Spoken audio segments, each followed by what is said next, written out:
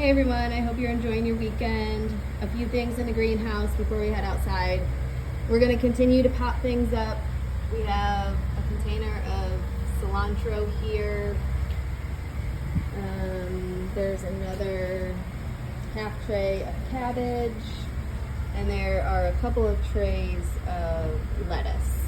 So I think the cabbage we can put in the smaller solo cups, and the lettuce we might put in 4-cell or 6-cell containers. Same with the cilantro. The cilantro might work well with these like thinner containers. The rest of everything we're just gonna keep watered. This next week is supposed to be really hot. Unfortunately, it's getting back up into like the middle 90s.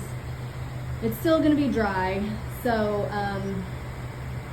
if you come to work, come to help out, just come early, if at all possible. In case I forgot to mention it, there are Ziploc bags under here that we will use when we are harvesting and taking things up to the warehouse.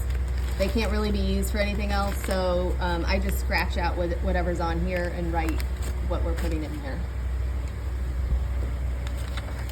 Okay, so I guess this week is probably just going to be a lot of watering, and we'll continue to harvest most of the same things that we have been harvesting. These peppers are ready. We can start harvesting like that one is a bigger size one. So we'll start harvesting those peppers. We'll continue to harvest peppers in bed 1, peppers here, and then the 3 beds over here that we have been harvesting, the banana peppers, the shishito, and the hot peppers back here. I have been getting a little bit of okra. We'll keep on trying to keep the groundhog out. You can see we're starting to get some pods. The other bed of okra doesn't look quite as, it's not coming quite as far along. Continue to harvest the green beans in this bed 17. We'll continue to harvest cowpeas. This bed is actually one that we'll probably pull out sooner than later because I have broccoli going in here, and I think the broccoli can be planted in not too long. But until then, we'll keep harvesting cowpeas. So like this one, you can see that's about the size that you want when you pick them. We can keep an eye on green beans in this bed, which I think are just starting to form, and then we have another bed back here of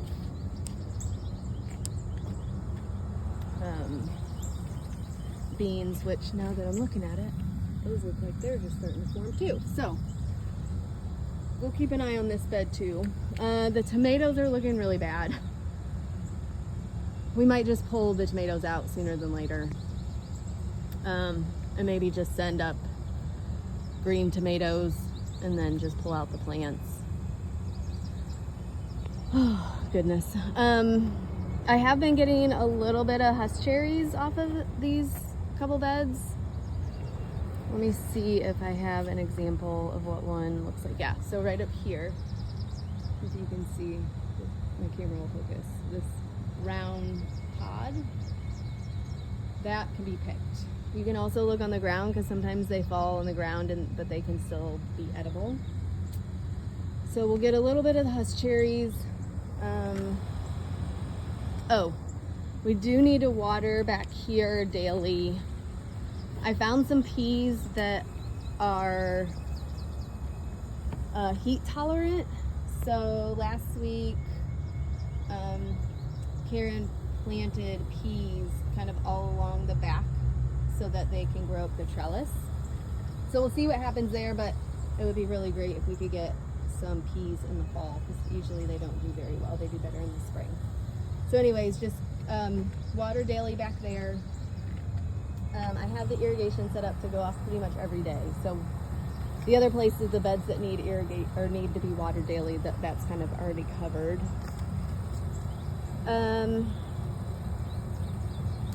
I'm probably gonna start hardening things off in this bed, and then we'll plant lettuce in here eventually, maybe probably within the next week or two. I do have soil, so if you can see that white tarp back behind the shed, there is a good amount of soil back there that's left over from our grow bucket build day. So if we have empty beds, we can top up the beds with that soil. So keep that in mind as we're starting to kind of clear things out.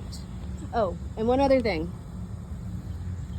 I've decided to get rid of the butterfly garden out here because it's just never done well.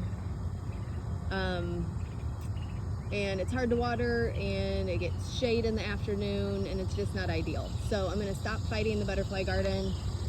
But right here, I don't know if that even makes sense. So I'm putting in a new bed on the outside of the fence all along this area. And that's where I'll plant some more flowers.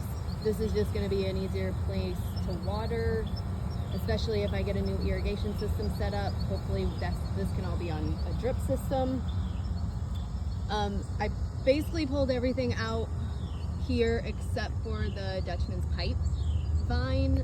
I am going to attempt to transplant that in the fall. I don't know how that's gonna work out, but anyways, I wanted to let you know. We'll continue to kind of clear that space out, and then we will have this area planted up hopefully by the spring. So that's what's going on out here. I'm also, we made a good amount of progress on the rain garden last week, but that'll be something else I'm gonna at least continue to chip away at. And once I get everything weeded, I will need some help. There's a few things that need to be transplanted whenever we get rain, a few things that could be cut back. So I'm trying to continue to make this area look a little better. It's been a little rough. I think that, I'm looking at my list. Yeah, I think that's about it. I'll be here Monday, Wednesday, Friday. Wednesday I do have a team meeting in the morning, so I won't be out here until later in the afternoon. I might come Tuesday, Thursday just to finish some stuff up or work on the weeding or something. So if you're here and you have any questions, as always, give me a call or send me a text, and I will talk to you all soon. Have a good one. Thanks. Bye-bye.